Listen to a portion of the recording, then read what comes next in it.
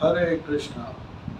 अंतर्राष्ट्रीय कृष्ण भावना भारत संघ ISKCON Meera road की ओर से प्रस्तावित यह श्रील प्रभुपाद जी के 125वां दिव्यव्यास पूजा महोत्सव के उपलक्ष्य पर विशेष श्रीमद् भागवतम सप्ताहों की इन श्रृंखलाओं में हम इस सप्ताह से राधा रानी के प्राकट्य या आगामी राधा अष्टमी रानी अष्टमी के उपलक्ष्य पर विशेष कृष्ण गोपी गीत कथा सप्ताह का अनुष्ठान कर रहे हैं।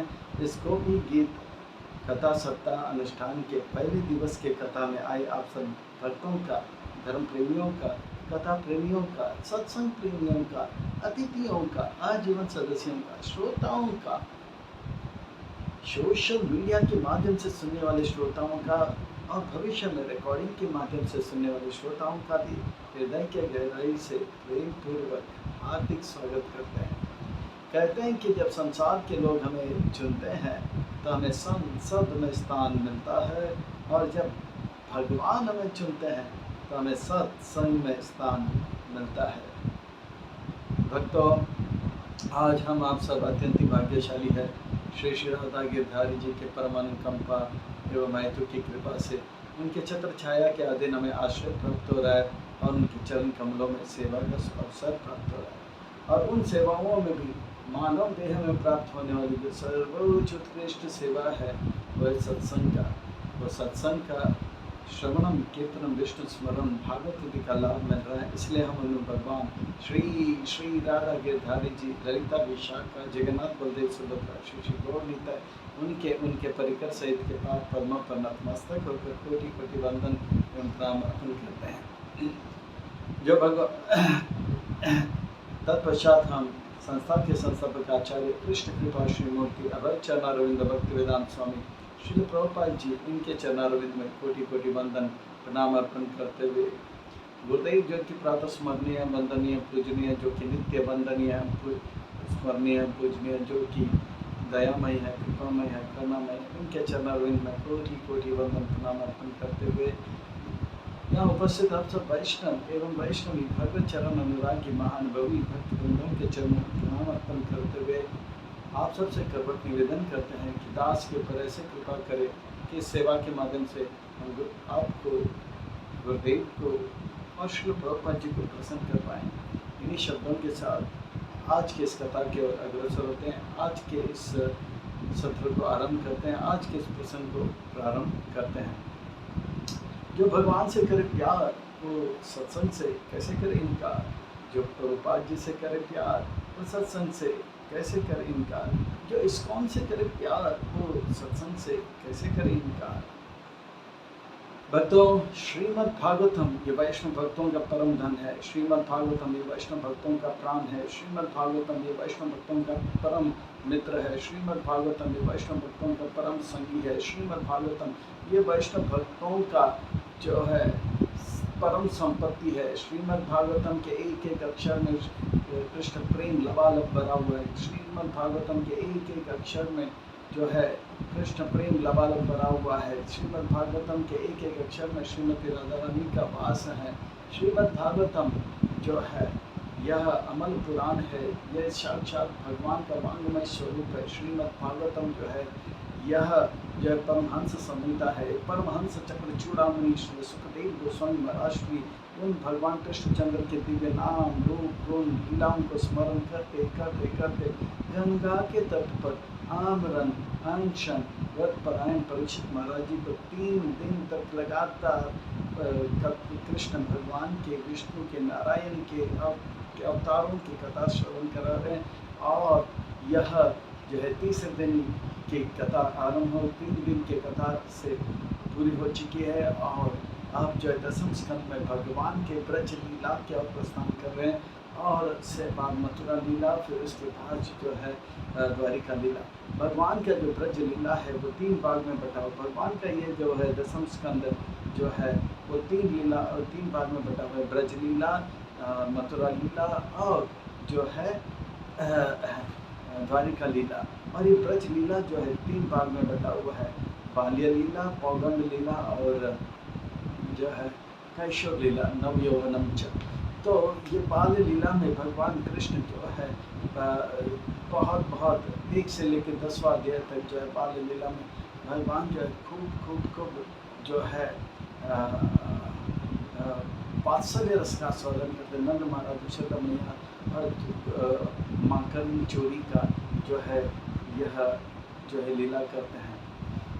और जब वो थोड़े बड़े हो जाते हैं तो गोचारण लीला और बत्सचरण लीला और साक्य रस का आस्वादन करते हैं। और इसी के दौरान वो गोवर्धन धारण करते हैं। और उसके बाद नव यौवनम च भगवान पूरे ब्रज में 11 साल बिताए। कहते हैं कि भगवान जो है 1 से 3 साल तक पौगंड लीला बाल्य लीला की, पर बाल्य लीला जो है कौमार लीला जो है वो होता है 1 से 5। पर भगवान का जो उम्र है वो भगवान के इच्छा के अनुसार भगवान जो है ये लीला करते हैं। और 3 से 4 से लेके लगभग 7 साल तक वो पौगंड लीला किए। फिर उसके बाद जैसे ही वो 7 साल की आयु में गोवर्धन उठाए 7 से 11 साल तक, वैसे पौगंड लीला जो होता है वो जो है 6 से लेके 10 साल का होता है। पर भगवान 4 साल से लेके 7 साल तक वो करते हैं। और कैशोर लीला जो है वो 11 साल से लेके 15, पर भगवान जो है वो 8 साल से लेके 11 साल 4 महीने 3.5 दिन तक करते हैं। तो भगवान की इच्छा के अनुसार चलता है। भगवान नियमों से परे है, नियम इन संसार के। पर भगवान जो है कभी 11 साल 4 महीने 3.5 दिन से बड़े नहीं होते। नव यौवनम च हमेशा वो जवान लगते हैं, सुंदर लगते हैं। और जो है यद्यपि वो संसार के सबसे आदि पुरुष है, पुरातन है, फिर भी वो सबसे जवान लगते हैं। हम बूढ़े हो जाते हैं, हमारा शरीर बुरा हो जाता है, पर भगवान हमेशा से जवान थे, है और रहेंगे। बड़े अजीब बात है, सब लोग जो है कौमार होना चाहते हैं, यौवन होना चाहता है, कोई बूढ़ा नहीं होना। जो बच्चा है वो भी सोचता है मैं जवान होगा, और जो बूढ़ा हो जाता है वो भी सोचता है काश मेरी जवानी लौट के आ जाती है, हाँ जवानी लौट के आ जाए, ऐसे सोचते हैं। और जो जवान रहता है वो सोचता है कि मैं जवान हूँ, मैं जाऊँ, मैं हमेशा से जवान मुझे रहना चाहिए, इस प्रकार का इच्छा रहता है। और वही जवानी के समय पे या तो बनता है या बिगड़ता है। थोड़े बहुत इंद्रियों को काबू में रखे तो वो बहुत अच्छा बनता है, नहीं तो इसी समय पर वो इंद्रिय बेकाबू कर देता है और बिगड़ जाता है। तो इस प्रकार से भगवान का यह जो सुंदर जो है लीला का वर्णन आ रहा है। और ख़ास करके ये गोपी गीत जो है इसे रास पंचायत कहते हैं। पूरे शास्त्र का सार श्रीमद् भागवतम है। और श्रीमद् भागवतम का जो सार है 10वें स्कंद है, और 10वें स्कंद का जो सार है रास पंचायत है जो और रास पंचायत का सार जो गोपी गीत है। तो हम सारे सारों का सार में आ रहे हैं, वो है गोपी गीत। गोपी गीत 19 श्लोकों से रचा पचा हुआ है। यह भगवान का लीला जो है बड़ा अद्भुत है, विलक्षणमय है और जो है अलौकिक है। यह गोपी गीत जो है ये गोपियों के द्वारा गाया हुआ गीत है। राधा रानी, ललिता सखी, तुंग विद्या सखी, फिर जो है चित्रलेखा सखी, फिर चंपकलता सखी, विशाखा सखी, इंदुलेखा सखी, रंग देवी सखी, सूर्य देवी सखियों के द्वारा गाया गया। 19 श्लोकों में ये गोपियाँ अपने अपने हृदय के अंदर जिस लीला को, जिस गुण को, जिस भगवान के रूप को धारण की थी उसका एक एक श्लोक में वर्णन करती है। इसलिए गोपी गीत है। गोपी ऊँचू, गोपियाँ ऊँचू, यानी कि बहुत सारी गोपियों ने कहा, ऐसा नहीं कि गोपी ऊँचू नहीं कहा, वाच्य नहीं कहा, एक गोपी ने किया या 2 गोपी ने, ऐसा नहीं आता। ये कहते हैं गोपियाँ ऊँचू हुई, यानी कि बहुत सारी गोपियाँ। ये बहुत सुंदर गीत है। और ये गोपियाँ जो है कृष्ण के विरह में ये गीत गाती है। विरह इसलिए क्योंकि कहते हैं कि ब्रज में जब वैष्णव वृत्ति भी हो जाते हैं तो समझ लेना चाहिए। चैतन्य चरितामृत में ज़रा सुंदर वर्णन आता है। कहते हैं यता देख वैष्णवेर व्यवहार दुखी, यता देख वैष्णवेर व्यवहार दुखी, यता देख वैष्णवेर व्यवहार दुखी, निश्चय जानिया से परमानंद सुखी, निश्चय जाने से परमानंद सुखी, निश्चय जाने से परमानंद सुखी। इस प्रकार से जो है ये जो है बड़ा वैष्णव व्यवहार में या ऐसा लगता है कि वो दुखी है, पर समझ लेना चाहिए वो परम सुख का अनुभव कर रहा है, परम सुख का परमानंद का सुख का अनुभव कर रहा है। खास करके इस गोपी गीत में जो है जब भगवान ने गोवर्धन धारण किया था उसके बाद जो है गोपियों का उन्होंने 7 दिन तक दर्शन किया, गोपियाँ ने भी कृष्ण का 7 दिन दर्शन किया, और उसके बाद जो है धीरे धीरे से ये पहला मिलना जुलना आरंभ होता है। दिन के समय कुंडों में मिलते हैं और रात के समय कुंजों में मिलते हैं। और ये जो है खास करके गोपी गीत ये पहले जो है शरद पूर्णिमा है उसका, उसमें 3 लाख से भी ज़्यादा गोपियों का आगमन होता है। ये सब गोपियाँ बांसुरी सुनकर आ जाते हैं और तब कृष्ण जो कहते हैं, कृष्ण जो है उनको बुलाते तो है और वहाँ से गायब हो जाते हैं। तब ये गोपियाँ कहती है कि देखिए आपने बुलाया, हमने अपनी जान दावा पे लगा कर आए और आप हमें छोड़कर जा रहे हो, ये कैसे, ये अच्छा नहीं, ये ठीक नहीं। पर यही भाव को जो है गीतों में वो लोग बड़ा सुंदर रूप में गाते हैं। ये बड़ा सुंदर अद्भुत विलक्षणमय जो है गीत है गोपी गीत। ये हमेशा से सुपर टॉप रहा है और रहेगा 5000 साल से सुपर टॉप। आप कहेंगे अरे अरे अरे पिछले हफ्ते का टॉपर तो कोई था, इस हफ्ते का टॉपर भी कोई और दिखाई पड़ रहा है।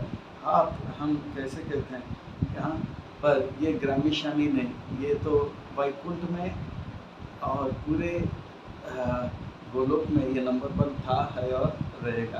क्योंकि अगर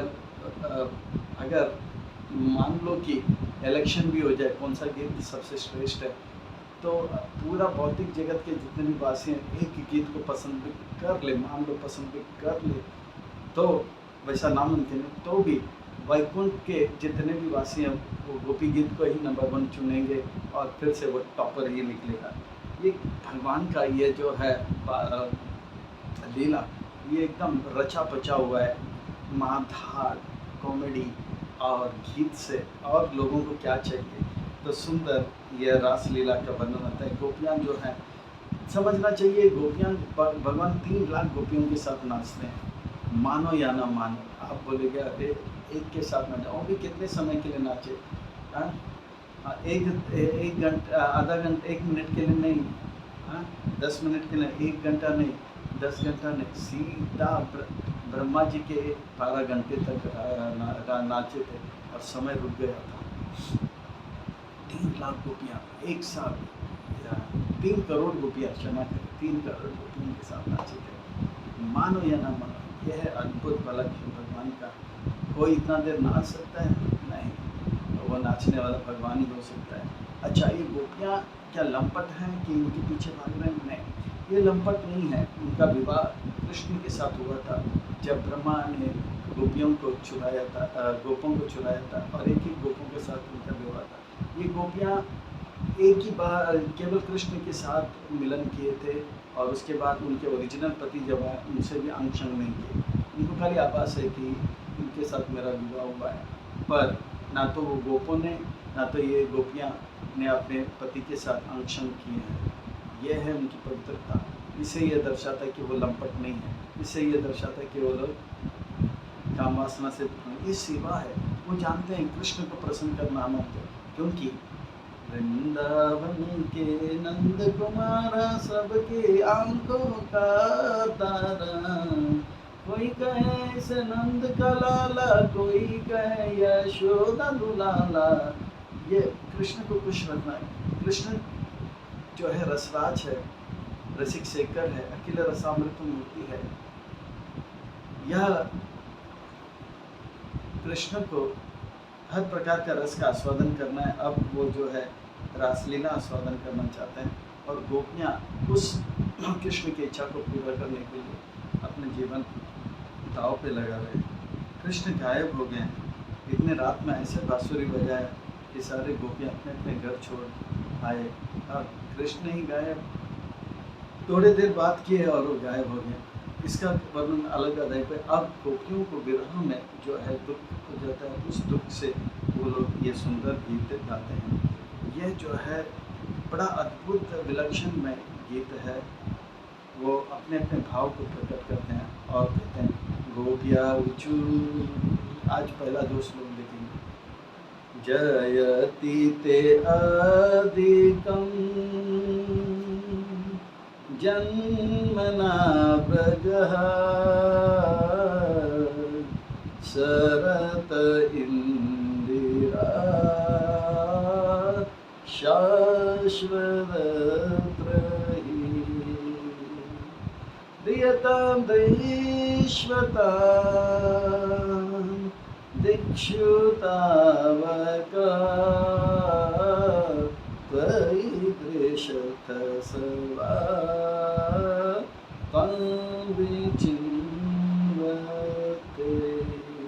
गोपी गीत में 19 श्लोक का है और एकदम एक एक श्लोक में एक सुंदर भाव भरा हुआ है।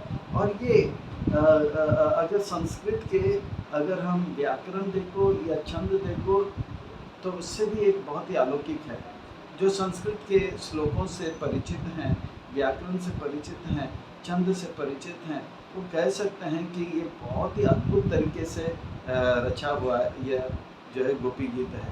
क्योंकि इसका जो पहला लाइन है और दूसरा लाइन है और चौथा लाइन है, पहला लाइन और चौथा लाइन है। पहला लाइन है उसमें देखोगे कि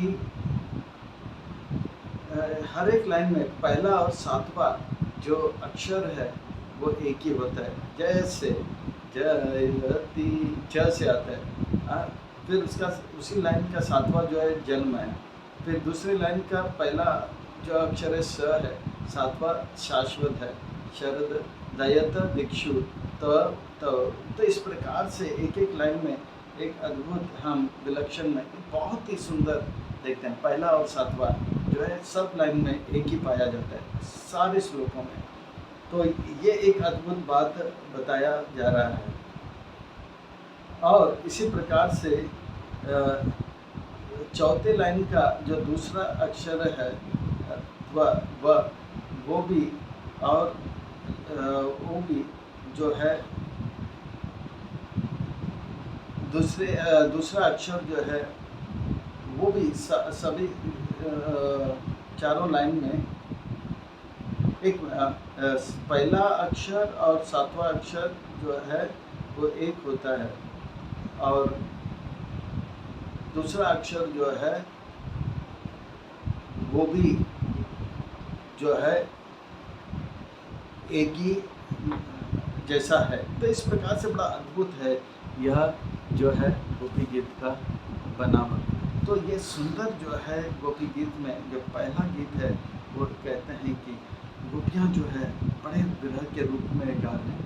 क्योंकि इसके पिछले अध्याय में गोपियाँ ढूंढते ढूंढते गीत गाती है। तो वहाँ पे एक प्रश्न उठता है कि गीत गाती है तो कौन सा गीत गाती है। तो उसी का उत्तर यह अध्याय में 19 श्लोक में कौन सा गीत गाती है तो गोपियाँ पिछले अध्याय के श्लोक नंबर 44 में अनंत पुनः पुलिनामागत कालिंदिया कृष्ण भावना समावते जगु कृष्णं तद आगमना कांक्षति। तो ये सब जो है कृष्ण के विरह में आ जाते हैं और यमुना के तट पर कहाँ पे आते हैं, यमुना के तट पर आते हैं। कृष्ण के बाद में एक चित्त होकर जो है वो विचार करने लग जाते हैं और कब आएंगे कृष्ण कब आएंगे, और उनके विरह में वो गीत गाते हैं। देखिए संसार में बहुत लोग बहुत कुछ रखते हैं और बहुत कुछ देते भी हैं, पर भगवान को कुछ नहीं चाहिए। भगवान को एक ही चाहिए, मन। और गोपियाँ जो है अपना मन भगवान को देती हैं।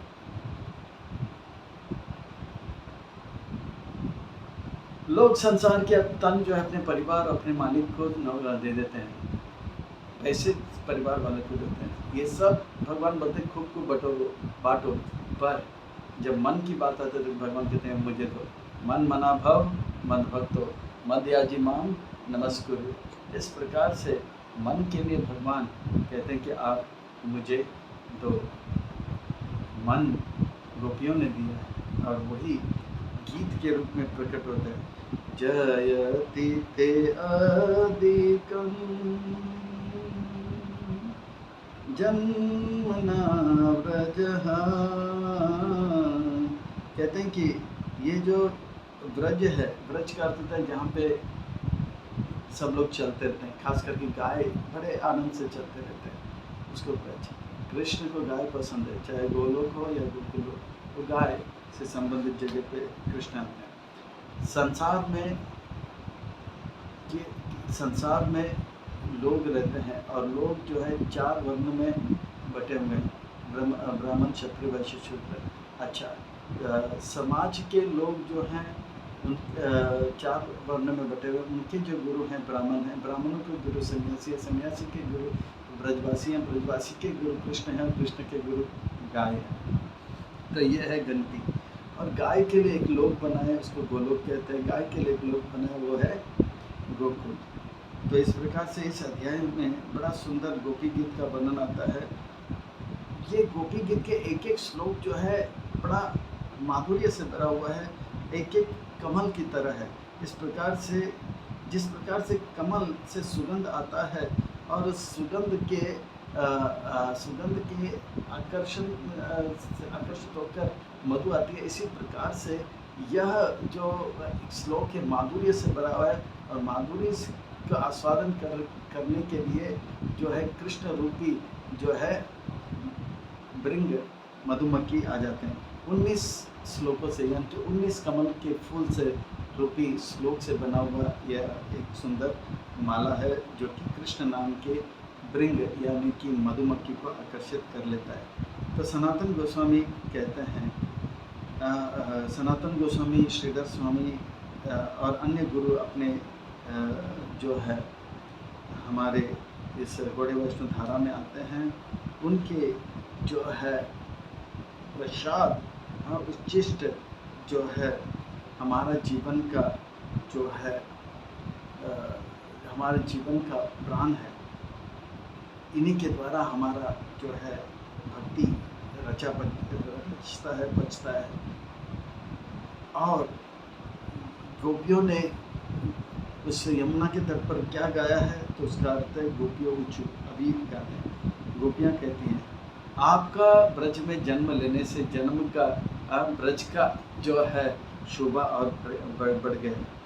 जयति ते अधिकम, आप इसका और जय हो गया, क्योंकि भौतिक जगत से वैकुंठ श्रेष्ठ है, पर वैकुंठ से मथुरा श्रेष्ठ है, क्योंकि मथुरा में भगवान जन्म लेते हैं और मथुरा से जो है वृंदावन श्रेष्ठ है। भगवान जन्म भी करते हैं, जन्म का लीला करते हैं, इसीलिए ब्रज जो है श्रेष्ठ है, वृंदावन श्रेष्ठ है। तो इस प्रकार से आपके जन्म लेने से ब्रज श्रेष्ठ हो गया, और आपके आने से जयति ते अधिकम जन्म न ब्रज, आपके आने से ब्रज का पहले से ही वो श्रेष्ठ था, पर अभी श्रेयस्कर हो गया, अधिक हो गया। क्यों? क्योंकि आपका जन्म इधर किधर ब्रज में हुआ, अधिक हो गया। जयति ते अधिकम जन्म न ब्रज, और आपके आने से शरत इंद्रिय शाश्वत रही। शरत इंद्रिया, ये जो इंद्रिया का अर्थ होता है goddess of fortune, Mahalakshmi, Lakshmi Devi. ये जो है ये ब्रज में शाश्वत रहती है, यहाँ पर रहती है। लक्ष्मी जिसका पूजा वैकुंठ में होता है, जो कि ऐश्वर्य के देवी है, वो लक्ष्मी जो है शाश्वत वृंदावन में वास करती है। इसीलिए ब्रज का जो है ब्रज का महिमा और बढ़ गया। जयति ते अधिकम, जय और बढ़ गया। तो इस प्रकार से अगर देखा जाए तो ब्रज में सारा ऐश्वर्य है, वैकुंठ से भी ज़्यादा ऐश्वर्य। क्यों? क्योंकि ऐश्वर्य के देवी जिसका पूजा वैकुंठ में होता है, वो यहाँ पे निवास करती है। और इस प्रकार से ब्रज जो है वैकुंठ से भी श्रेष्ठ है। इसलिए वैकुंठ यद्यपि ऐश्वर्य से भरा हुआ है, खुशियों से भरा हुआ है, पर ब्रज का अ, ब्रज जो है इससे भी श्रेष्ठ है। तो इतना श्रेष्ठ होने के बाद भी वैकुंठ से भी श्रेष्ठ होने के बाद भी आपका सबसे प्रिय सेवक, आपके सबसे प्रिय भक्त, आपके सबसे प्रिय जो है गोपियाँ हैं, वो बहुत दुखी हैं। क्यों दुखी हैं? कितने दुखी हैं? बहुत दुखी हैं। कितना दुख, इस दुख का कोई गणना नहीं है। देखिए, वैष्णव का पहले ही कहा गया, देखो ये दुख हमारे भौतिक संसार के दुख जैसे नहीं। ये दुख कैसा है? कहते हैं कि ये दुख जो है, वैष्णव अगर दुखी दिखते हैं तो वास्तव में समझ लेना हाँ कि वो बहुत सुख का अनुभव कर रहे हैं। इस प्रकार से यह सुंदर बात है। तो अभी कहते हैं कि इसलिए हम आपसे ये जो है ना सुना गया है ना कहा गया है। इस प्रकार का विरह हम लोग में इतना दुख जो कि ना तो कहा गया है सुना गया है, उसका हम लोग अनुभव कर रहे हैं। इसलिए हमारे इस दुख को निकालने के लिए आप कृपा करके हमारे समय प्रकट हो जाइए। दूर क्यों जा रहे हो? त्वयि दृश्यत्वं त्वां विचिन्वते। हम लोग भीख नहीं मांग रहे हैं कि आप हमारा दुख को निकालो। केवल ये वृंदावन को देखो, कितनी खुशियों से भरा हुआ है, और वही खुशी हमें दीजिए। तो बोलते हैं ये आप हम जो हैं कहते हैं कि शरत इंद्रिया शास्त्र दिया तंत्र श्रोता दीक्षु तावका। हम जो हैं केवल और केवल इसीलिए जी रहे हैं कि क्योंकि आप जो है हमारे साथ रास खेलना चाहते हैं। आप आओगे इसलिए प्राण रुके, और ज़्यादा देर रुकोगे तो प्राण चला जाएगा। आप आइए, आप देखिए वृंदावन कितना रमणीय है और कितना सुंदर है। तो बोलते हैं क्या देखना है इस वृंदावन में? वृंदावन इतना सुंदर है, इस वृंदावन में हमको भी खुश रहना चाहिए, आपको भी खुश रहना चाहिए, पर आप जो है हमें दुखी कर रहे हैं क्योंकि आप हमसे दूर गए हैं। देखिए गोपियाँ कितना प्रेम करती हैं कृष्ण से, कृष्ण की विरह। देखिए आजकल प्रेमी चला भी जाता है तो वीडियो ऑन करके वो पिक्चर देख लेते हैं और अपने मन को खुश करते हैं, पर गोपियों को कुछ भी नहीं बना, जैसे बिन जल नीम वो तड़प रहे हैं। तो बोलते क्या देखूं मैं इस वृंदावन में? देखिए वृंदावन कितना रमणीय है, और उस वृंदावन में हम जो है आपके लिए समर्पित हैं, आपके विरह में इतने दुखी हैं। ये देखिए आप अपने भक्तों को दुख दे रहे हो, ये कैसे? क्या आप ये सोच नहीं सकते हो कि आपके कारण हम लोग दुखी हैं? हमने सब कुछ आपको अर्पण कर दिया है, हमारा प्राण भी, वायु भी आपको अर्पण कर दिया है। अगर हम यह प्राण वायु धारण करते तो हम खुश होते, पर आपने अपने सुंदर रूप, अपने माधुर्य और वेणु के द्वारा हमारे प्राण को भी आप ले गए, प्राण वायु को भी ले लिए। इसलिए जो है हम विरह के ताप में अब चल रहे हैं, हम मर रहे हैं। ये हमारा प्राण अगर आपके अंदर हो तो आपके अंदर जो है उन्हें खुश होना चाहिए, पर हमारा प्राण वायु जो है आपके अंदर चला गया और वो प्राण वायु आपके अंदर खुश है, और हम लोग यहाँ पे प्राण वायु के, हमारा प्राण आप हैं, प्राण वायु आपके अंदर है और हम लोग यहाँ तड़प रहे हैं। तो कृष्ण मान लो पूछ लेते हैं, अगर आपका प्राण वायु जो है मेरे अंदर खुश है तो आपका शरीर क्यों खतरा में है? ये इसलिए, तो गोपियाँ कहते हैं ये इसलिए क्योंकि आप हमें खतरे में देखना चाहते हैं, आप हमें कष्ट में देखना चाहते हैं। आप हमें विरह के अग्नि में जलते हुए देखना चाहते हैं। तो इस प्रकार से जो है यह जो है सुंदर गोपी जो है अपने कमल रूपी इस श्लोक के द्वारा कहती है कि कृष्ण वृंदावन बहुत ही रमणीय है, वृंदावन में आप आए, वृंदावन का जय हो गया। और वृंदावन इसलिए श्रेष्ठ है क्योंकि लक्ष्मी आ गई, शाश्वत रहती है। और ये वृंदावन लक्ष्मी और आप आने के इतने रमणीय हैं, पर सब लोग खुश हैं, पर आपने हमको दुखी किया क्योंकि हमारा प्राण आपके अंदर है, आपके अंदर वो खुश हैं, पर हम जो है ये शरीर के साथ तड़प रहे हैं। क्यों तड़प रहे हैं?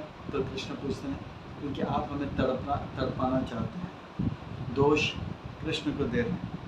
तो फिर बोलते हैं अच्छा दूसरे गोपी पर शरद उदासे साधु जात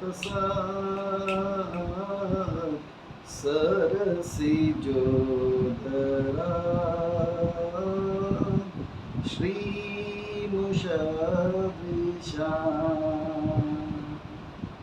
सुरत नाथ ते असुर कदासी का वरदान गण को नेह की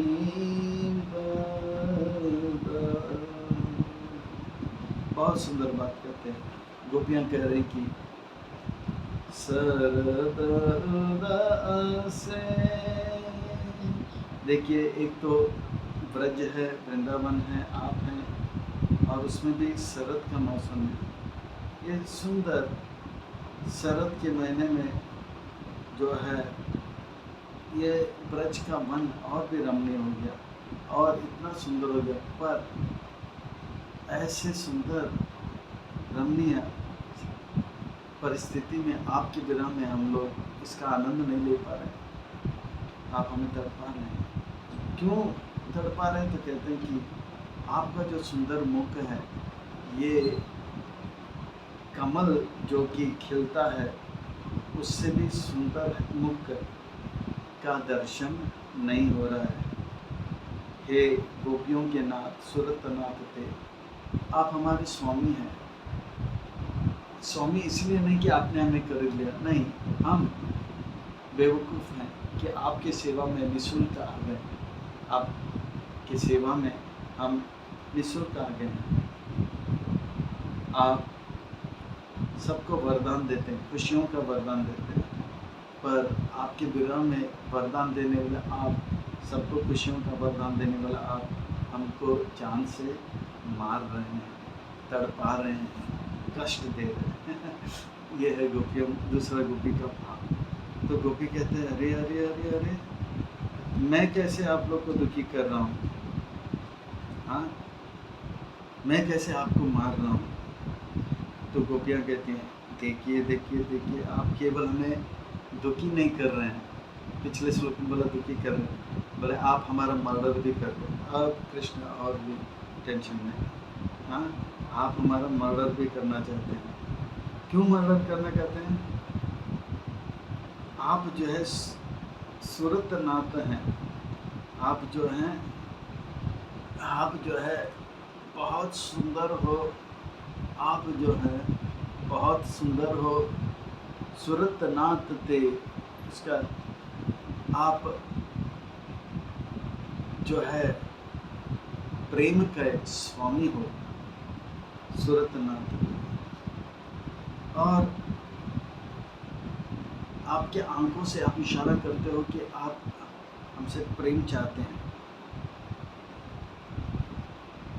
और आप गायब हो गए। हम आपको प्रेम देने आए, आप गायब हो गए। हम आपको प्रेम देना चाहते हैं, प्राण देना चाहते हैं, पर आप गायब हो गए। आप सबको खुशियाँ देते हैं, वर देने में आप सबसे श्रेष्ठ हो, वरदा राज करके, पर आप हमें खुशियाँ नहीं दे रहे। आप जो है अपने चितवन से, अपने आँखों से जो है हमें आकर्षित कर लिए, और अब हम आपसे प्रेम करने आए तो आप गायब हो गए हैं और हम तड़प रहे हैं और हम मर रहे हैं यहाँ पर।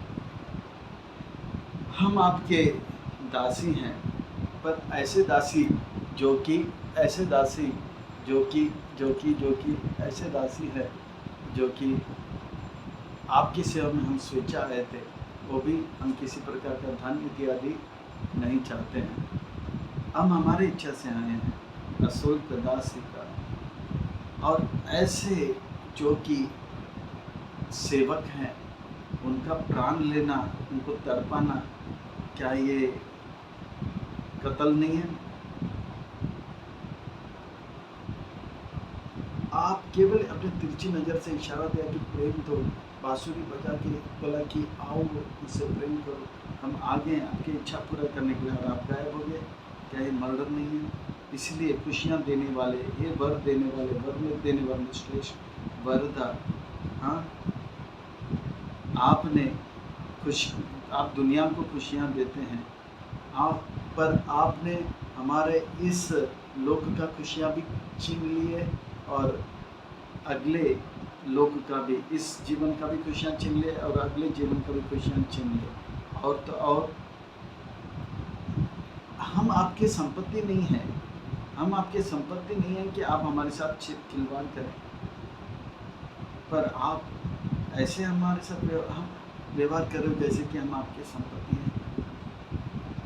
ये हमारी गलती है कि हम जो है आपका इच्छा पूरा करने के लिए निःशुल्क भाव से आया। आपने हमें खरीदा भी नहीं, ना तो हम आपसे कुछ धन मांग रहे, ना तो आपने हमसे विवाह किया है, ना हम आपके दासी हैं। हम तो निःशुल्क दासी हैं आपके। ये हमारे बचपना नादानी है कि हम आपके हाथ के जो है नौकर जो है बनने आए हैं। आप जो है हमें केवल सता ही नहीं रहे हो, आप हमें मार रहे हो। कैसे मार रहे हो?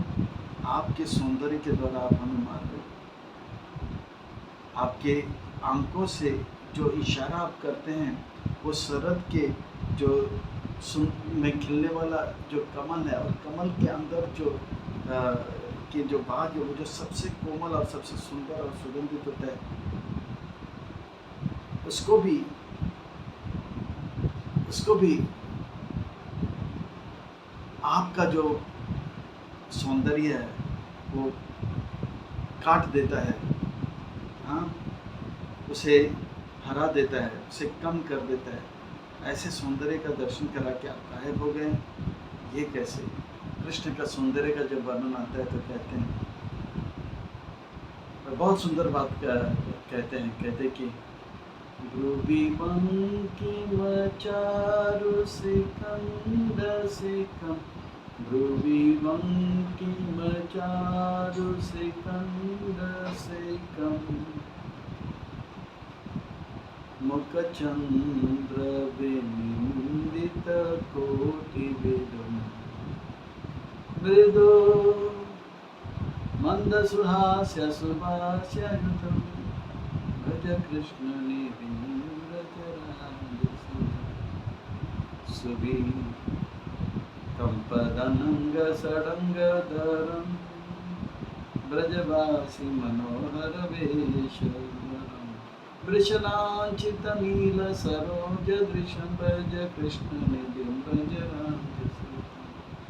भगवान के बारे में कहते हैं ध्रुवी, इनकी जो त्रिकुटी है वो इंद्र का जो धनुष है उसको भी लांग देता है, उसको भी पीका कर देता है। और कहते हैं कि कृष्ण के चंद्रमुख जो है वो कोटि कोटि चंद्र का सौंदर्य पे इकट्ठा करे, उसे भी लांग देता है, फेल कर देता है। और कृष्ण का जो ये नील रंग है, वृष नील सरोज, उस सुंदर नील कमल को भी जो है हरा देता है। इतने सुंदर लगते हैं कृष्ण। अरे कोटि कोटि जो मदन होते हैं, कामदेव होते हैं, उनको भी हरा देते हैं। भगवान के सौंदर्य के सामने वो लोग काम हो जाते हैं। सुबी कंपदनंग सडंग धरम, ब्रजवासियों को खुश रखने के लिए वह सुंदर रूप धारण करते हैं। ब्रजवासी मनोहर वेश धरम। ऐसे कृष्ण जो हैं वो जो है उनके मधुर मुस्कान जब आता है वो हमेशा मुस्कुराते हैं, मृदु मंद सुहास्य सुभाषितम, तो फिर सब लोग पागल हो जाते हैं। ये तो अच्छा हुआ कृष्ण जो है लड़के के रूप में, अगर वो मोहिनी बन जाए तो गोपियाँ भी क्या हो तो कोई देखेंगे नहीं, और उनका तो जो है सब लोग लंपट हो जाएंगे और चूड़ियाँ चलने लगेंगी, अहम पूर्वम अहम पूर्वम। कृष्ण इतने सुंदर हैं, इसलिए वो चोरा हुआ अच्छे है, चोरी होती थी, चोरी यानी कि लाला हुआ वो ठीक है, लाली हो जाती तो गली गली में कत्ल हो जाता, सब उसके लिए लट्ठू हो जाते, पागल हो जाते। तो इतने सुंदर है कृष्ण, वो सुंदर कृष्ण है, वो सुंदर कृष्ण का दर्शन का यहाँ पे सुंदर वर्णन हो रहा है। वो सुंदर कृष्ण का दर्शन करके ये गोपियाँ जो है अब कह रहे हैं कि यह ठीक नहीं है, आपने जो है ये ब्रज जो है आपके आने से बहुत ही महिमा मंडित हो गया, और उस ब्रज में आपके आने से जो है लक्ष्मी देवी आ गई और भी महिमा मंडित हो गया, और ऐसा महिमा मंडित सुंदर ब्रज में सभी लोग खुश हैं, और आपके असली दास जो है सेवक है उनको आपने दुखी कर दिया। और दूसरे श्लोक में कहते हैं उतना ही नहीं, ये ब्रज सुंदर है, महिमा मंडित है, और उसमें भी शरद ऋतु आ गया, वो तो और भी महिमा मंडित हो गया, और उस शरद ऋतु में भी आपने अपने सुंदर मुखमंडल को के द्वारा हमें भा लिया है, हमारे प्राण को चित्त को हार लिया है, और अभी आप गायब हो गए, आप केवल हमें सता नहीं रहे हो, आप हमारा प्राण भी ले रहे हो। तो इस प्रकार से गोपियाँ जो है एक के बाद एक अपने विरह जो है यमुना के तट पर कह रहे हैं, गोपियाँ कह रहे हैं कि आपके इस दृष्टि के कारण हमारे हृदय के अंतःकरण में जो है आप क्या जो है सुंदर जो है छवि छा गया है, और यह जो है हमारे हृदय के अंदर छा गया है और हमें मोहित कर दिया है, और हमके आंखों जो है वो हमें पागल कर दिया है,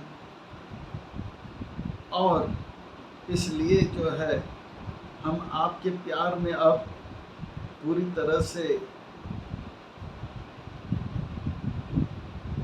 आपके प्यार रूपी रत्न हमारे जीवन में तो आया है, आप जब गायब हो गए तो हमारे प्यार रूपी रत्न और हमारे प्राण को लेके चले गए हैं। देखो हमारा प्राण और प्रेम लेकर आप चुरा गए हैं। इस प्रकार से ये दोनों चुराने के कारण हम मर रहे हैं। क्या ये मर्डर नहीं है? ये चोर है। तुम आपने हमारे चित्त को चोर कर लिया है। अब चित चोर है। माखन चोर थे और चीर हरण के थे, चिर चोर थे, अब तो चित चोर भी बन गए। प्राण हमारा जा रहा है और आप जानबूझकर आ भी नहीं रहे हो। इसका अर्थ यह है आपकी एक नहीं, दो नहीं, 300 करोड़ गोपियों को मारने का आप जो है पाप भी लेना चाहते हो। अरे डरो डरो डरो, पाप से तो कम डरो। आप कहते हो कि सर्वधर्मान परित्याज्य, सारे पाप को निकालते हो। अरे आप ही पापी बन गए तो क्या कहें। अरे कम से कम शर्म तो करो। भविष्य में जाके आप कहोगे कि आपका जो शरण लेते हैं वो पाप से बच जाते हैं। आप ये भी पाप करो, कम से कम इस पाप के शर्म से तो बाहर आ जाओ। एक एक गोपियाँ जो इस ऐसे शब्द इस्तेमाल करें जैसे कि कृष्ण को शर्म के मारे आना चाहिए। पर कृष्ण भी थोड़ा सा जो है विरह में जो है तड़प जब बढ़ता है तो मिलन में और आनंद आता है। तो यह विरह और मिलन का एक कंपटीशन है और गोपी गीत जो है दुनिया का नंबर 1 गीत है। 2 श्लोक का आस्वादन किए, कल हम आगे का श्लोक का आस्वादन करेंगे। यह है सुंदर गोपी गीत, इसका आनंद लेते रहेंगे राधाष्टमी के आगमन तक। और उसके बाद गोपियों का अलग अलग गोपियों का सुंदर सुंदर लीला जो है अगले सप्ताह में होगा। इस सप्ताह में गोपियों का प्रेम, उनका मन का भाव गोपी गीत के द्वारा, फिर ये गोपियाँ क्या है, कैसी हैं, इसका वर्णन अगले सप्ताह अगले सोमवार की कथा से होगा। अब 2 गोपियों का सुंदर कमल रूपी जो है गीत श्लोक के रूप में हमने सुने। आगे तीसरे चौथे गोपियों का भी जो है कमल रूपी गीत श्लोकों के द्वारा हम देखेंगे। सुखदेव गोस्वामी महाराज की जय, श्रील प्रभुपाद की जय, निताई गौर हरि प्रेमानंदे।